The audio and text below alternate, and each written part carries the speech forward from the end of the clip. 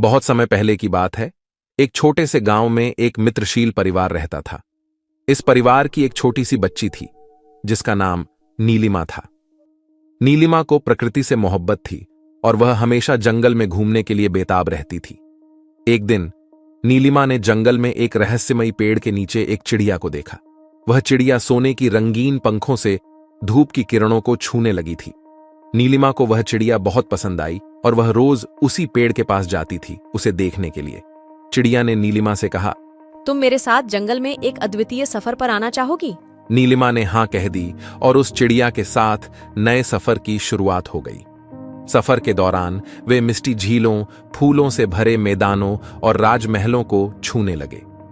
चिड़िया ने नीलिमा को एक सोने की चिड़िया का राजा बताया जो जंगल की सभी चिड़ियों का नेता था। एक दिन राजा ने सोने की चिड़िया को एक रहस्यमय सामर्थ्य दिया जिसका उपयोग केवल अच्छी नीयत और ईमानदारी से किया जा सकता था।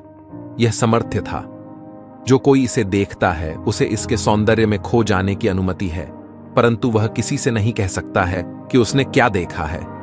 नीलिमा ने उस सामर्थ्य का अभ्यास किया और जल्दी ही उसे सीखा कि सौंदर्य को सींचकर उसके बारे में अनुभव करना कैसा होता है।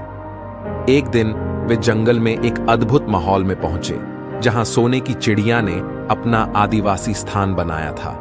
नीलिमा ने सब कुछ देखकर अच्छा लगने लगा और उसने राजा से अपने दृष्टिकोण का बखान किया। राजा ने मुस्कुराते हुए कहा, तुमने सीखा है कि सौंदर्य को सींचकर उसे अनुभव करना कैसा होता है। अब मैं तुम्हें एक और सबक सिखाऊंगा।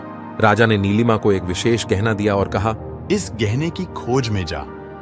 जब तुम इसे धूप में रखोगी तो यह स्वरूप से स्वरूपित होगा, परंतु जब तुम इसे छुपा लोगी तो यह अपना सौंदर्य छुपा लेगा और कोई भी इसे देखने में असमर्थ होगा।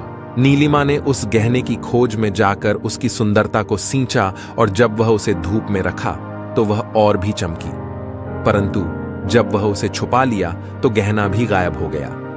राजा ने कहा, यह गहना तुम्हें यह शिक्षा देता है कि अच्छाई और सौंदर्य को छुपा नहीं जा सकता।